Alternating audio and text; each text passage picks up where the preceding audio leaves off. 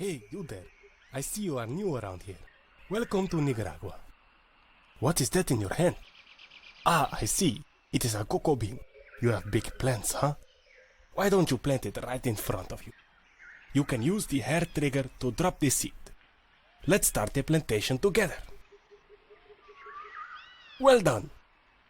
Did you know it takes 4 years for the first cocoa fruits to grow? That means I will see you in 4 years from now.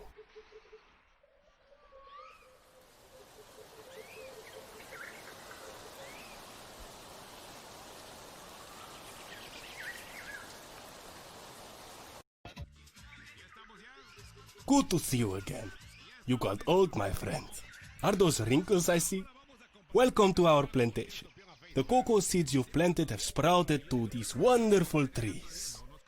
Now that the trees are bearing fruits, the time is ripe to collect our investment. Let's get started. See those colored circles on the ground? Those are places you can teleport to. Don't believe me, huh? Try it for yourself. Press and hold the touchpad on your controller and aim at one of them. If you are ready to teleport, let go of the touchpad and voila! Go ahead and take a look at our new plantation. I think it's time for you to learn where cocoa seeds come from. You've earned it. Now that you know to get around, let's play a little game. I promise, it's really fun. Let's see how many cocoa pods you can collect in 2 minutes. You will do just fine. Think you can collect at least 3? Grab the cocoa pod with your free hand and cut the stem of the fruit with your machete. The stem is the part that connects the cocoa pod to the tree. Not every pod is equal, so don't just cut them left and right. The green ones are still developing and are not ready for harvesting. After you cut a pod from the tree, make sure to put it in a sack.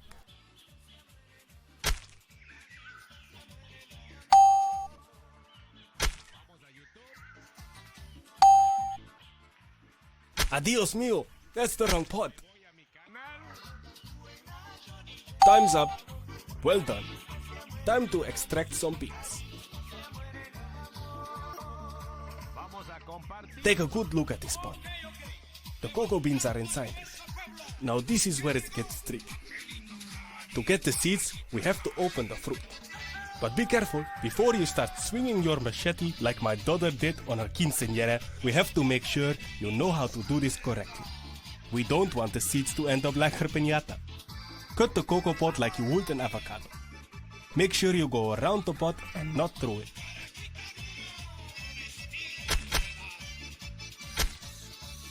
That wasn't so hard, right?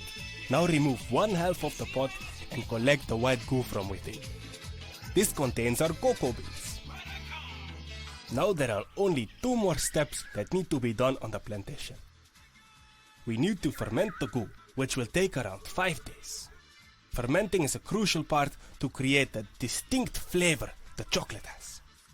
To finish it off, we need to dry the beans. And with that, our work at the plantation is done. Mi amigo, it's hard for me to say goodbye. I've enjoyed your company here. Make sure you come again for Juanito's birthday. Take good care of the beans and have a safe journey.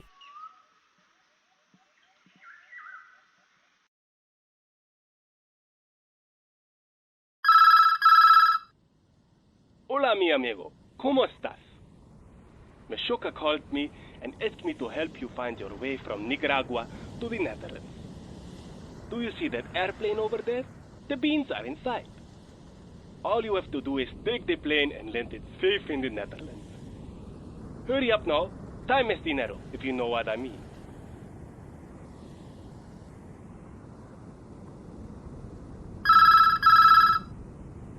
Hola. I see that you've landed the plane. Great work, my friend. Now my job is done. Don't forget Juanito's birthday party. My wife will prepare tamales, the best of Nicaragua. Oh, before I forget, Mesjokke asked me if you could pay me. Press the red button to send me the money for the beans. We will speak again soon, hermano.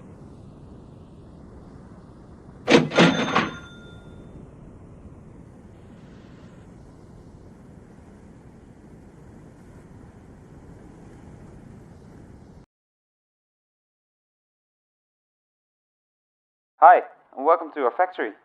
My name is Per and I will be your host during your time here. This is where the magic happens. Time to make some chocolate. The process of making chocolate consists of several different steps. First we need to roast some beans. Roasting makes the flavor of the cocoa come out. I've already put the beans on displays for you. So all you have to do is to put them in the oven. Afterwards turn it on using the button on the right. Nice! Let's skip ahead a bit.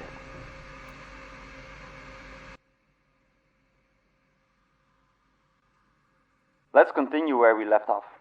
Now that the beans are roasted and cooled down, we need to winnow them. Winnowing is a fancy word for removing the outer shell of the cocoa beans to get to the so-called cocoa nibs on the inside. The cocoa nibs are what you know as cocoa. We use these to make chocolate. Winnowing is not much work at all. You just drop the contents of your bucket into this machine and it does the rest. The nibs are heavier than the shell, so they fall down while the shell is sucked into a bag. This process is repeated 5 times to leave as little of the shell on the nibs as possible.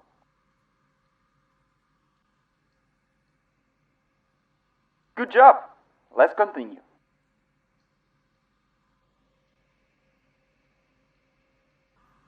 We have arrived at the mixing stage. In this machine the nibs are crushed between 2 granite wheels and the granite bottom of the bucket. This releases the cocoa butter from the nibs. This is also the step where we add any additional ingredients.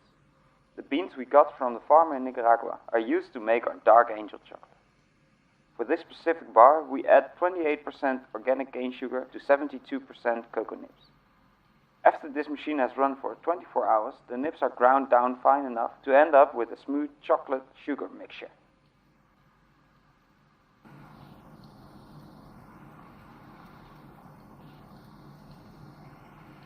Now that the mixture is smooth enough, we pour it into our tempering machine.